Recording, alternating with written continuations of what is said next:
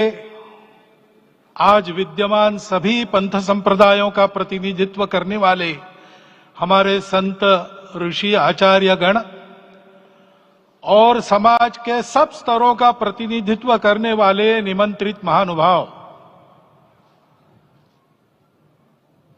आज का आनंद शब्दों में वर्णनातीत है और उसके वर्णन करने का प्रयास इसके पहले के वक्तव्यों में अच्छा हो गया है।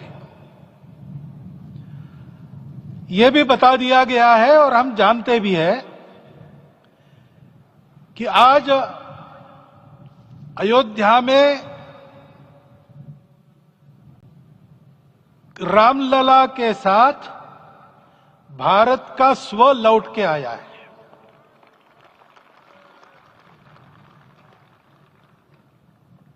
और संपूर्ण विश्व को त्रासदी से राहत देने वाला एक नया भारत खड़ा होके रहेगा, इसका प्रतीक आज का कार्यक्रम बन गया है। ऐसे समय में आपके उत्साह का, आपके आनंद का वर्णन कोई नहीं कर सकता। हम यहां पर अनुभव कर रहे, पूर्ण देश में यही वातावरण है। छोटे छोटे मंदिर के सामने दूरदर्शन पर इस कार्यक्रम को सुनने वाले हमारे समाज के करोड़ों बंधु वहां पहुंच न पाए, ऐसे घर घर के हमारे नागरिक सज्जन, माता भगिनी सब भाव विभोर है, सब में आनंद है, सब में उत्साह है। और ऐसे समय में जोश की बातों में थोड़ी सी होश की बात करने का काम मुझे ही दिया जाता है।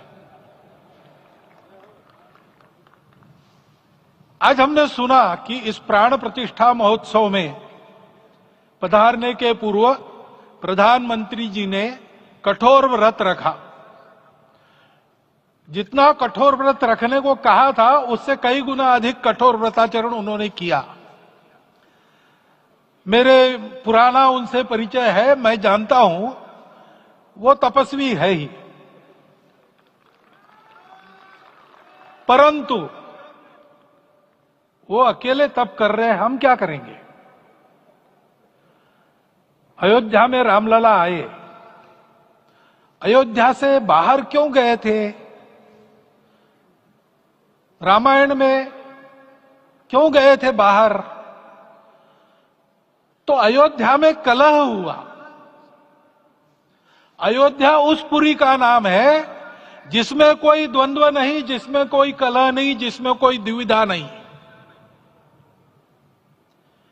वो हुआ 14 वर्ष वनवास में गए।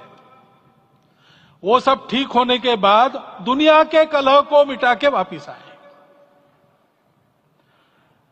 आज रामलला वापस फिर से आए हैं 500 साल के बाद। जिनके त्याग, तपस्या, प्रयासों से ये सोने का दिन आज हम देख रहे, सुवर्ण दिवस देख रहे, उनका स्मरण प्राण प्रतिष्ठा के संकल्प में हम लोगों ने कहा, आपने सुना होगा, स्मरण किया।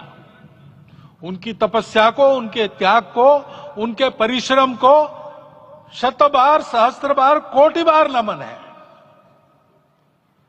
रामलला के यहां इस युग में आज के दिन फिर वापस आने का इतिहास जो जो श्रवण करेगा वो राष्ट्र के लिए कर्मप्रवण होगा और उसके राष्ट्र का सब दुख दैन्य हरण होगा। ऐसे ही इस इतिहास का सामर्थ्य है। परंतु उसमें हमारे लिए कर्तव्य का आदेश भी है। प्रधानमंत्री जी ने तप किया, अब हमको भी तप करना है।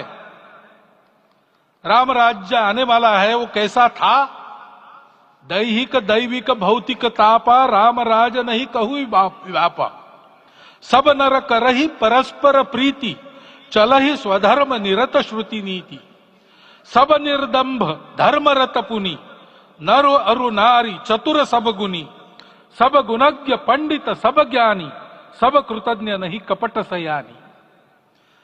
राम राज्य के सामान्य नागरिकों का जो वर्णन है, हम भी इस गौरवमय भारतवर्ष की संतानें हैं।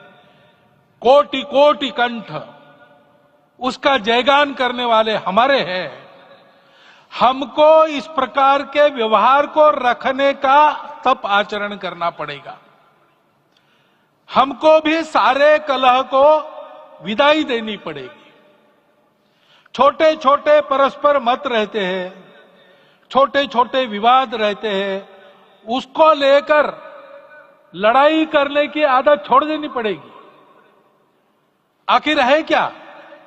ये बात बताई वो सामान्य नागरिक कैसे थे? निर्दंभ,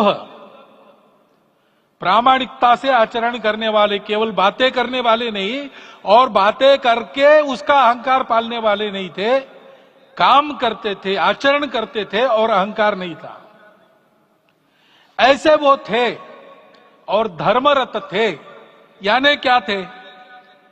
इस पर कठिन भाषा में प्रवचन बहुत लंबा हो सकता है, लेकिन थोड़े में धर्म के जो 4 मूल्य जिनकी चौखट पर धर्म है, ऐसा श्रीमद् भागवत में बताया है, सत्य, करुणा, शुचिता, तपस, उसका आज हमारे लिए युगानुकूल आचरण क्या है?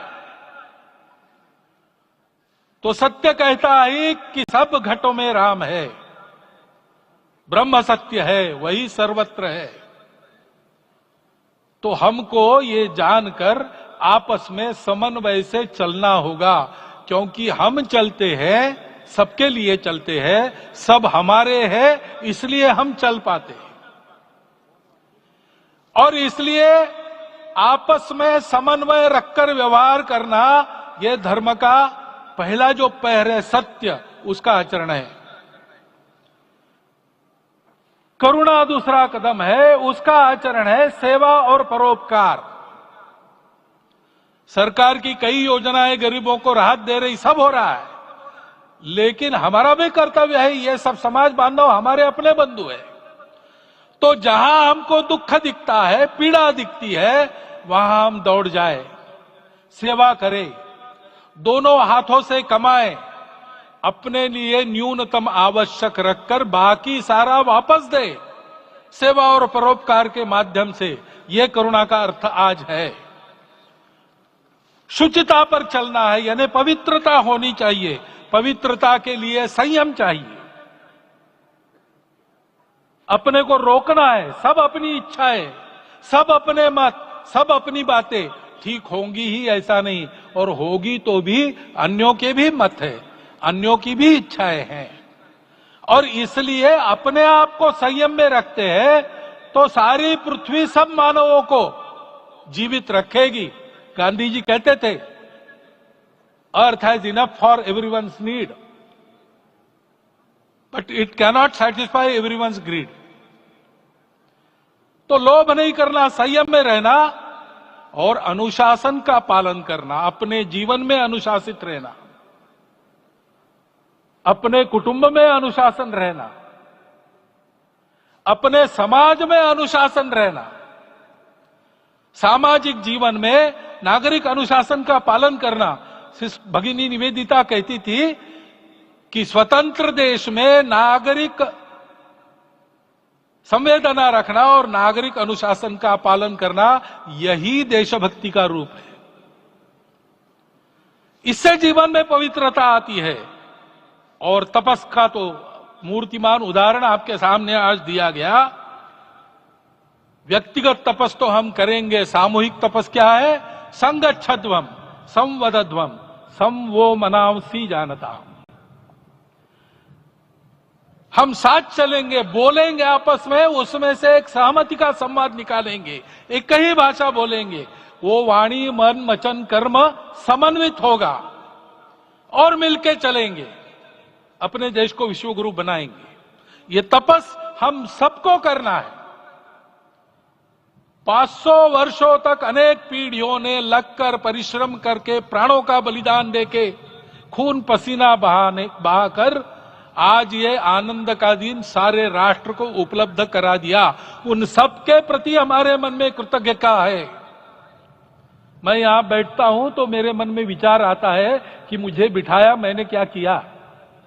वो तो जो उन्होंने किया उसका प्रतिनिधि भी मुझे बनाया गया है, उस प्रतिनिधि के नाते मैं ये अवदान स्वीकार करता हूं और उन्हीं को अर्पण करता हूं। परंतु उनका ये व्रत हमको आगे लेके जाना है। जिस धर्म स्थापना विश्व में करने के लिए राम का अवतार हुआ था, उस धर्म स्थापना को अनुकूल स्थिति अपने आचरण में अपने देश में उत्पन्न करना, यह अपना कर्तव्य बनता है। रामलला आए हैं हमारे मन को आह्लादित करने के लिए, उत्साही करने के लिए, प्रेरणा देने के लिए, साथ साथ इस कर्तव्य की याद दिलाकर उसमें कृति प्रवण करने के लिए आए हैं। उनका आदेश सर पे लेके हम यहां से जाए। सब लोग तो यहां आ नहीं सके, लेकिन वो सुन रहे, देख रहे। अभी इसी क्षण से इस व्रत का पालन हम करेंगे तो मंदिर निर्माण पूरे होते होते विश्व गुरु भारत का निर्माण भी पूरा हो जाएगा। इतनी क्षमता हम सबकी है। इसका मैं एक बार स्मरण देता हूं, आप सबको धन्यवाद देता हूं और मेरे 4 शब्द समाप्त करता हूं। भारत के यशस्वी प्रधानमंत्री माननीय